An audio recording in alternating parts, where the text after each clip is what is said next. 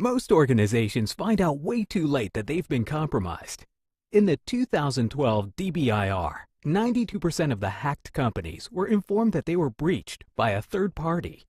When U.S. megacorp Target was breached in 2013, costs were estimated to have been around $150 million US.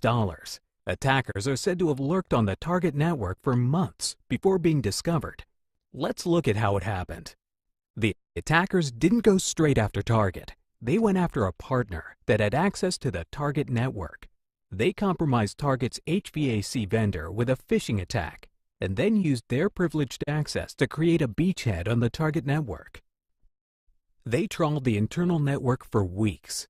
Inside, they moved laterally, mapped out networks, escalated privileges, and identified targets. Eventually, they grabbed all of the loot and left. Target spent millions of dollars on IT security. Their InfoSec team had over 300 people.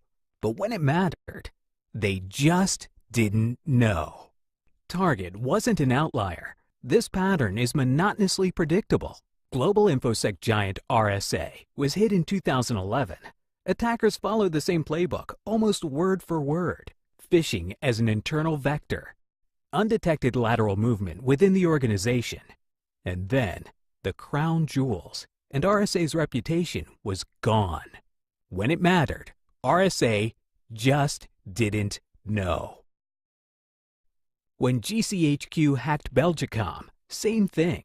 Attackers moved within the network for 2 years before the breach came to light. Belgacom didn't know when it mattered. Even the feared NSA was caught out by surprise. Edward Snowden was a trusted insider who pillaged the internal network for months before he took what he wanted and left. When it mattered, the NSA didn't know. Canary changes this.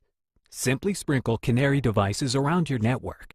5 minutes of config, and your Canary will look a lot like a Windows server, a Linux server, or a router.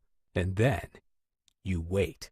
Attackers, APT, and malicious insiders unmistakably advertise their presence by accessing your Canary devices. Just 5 minutes to set up, even on complex networks.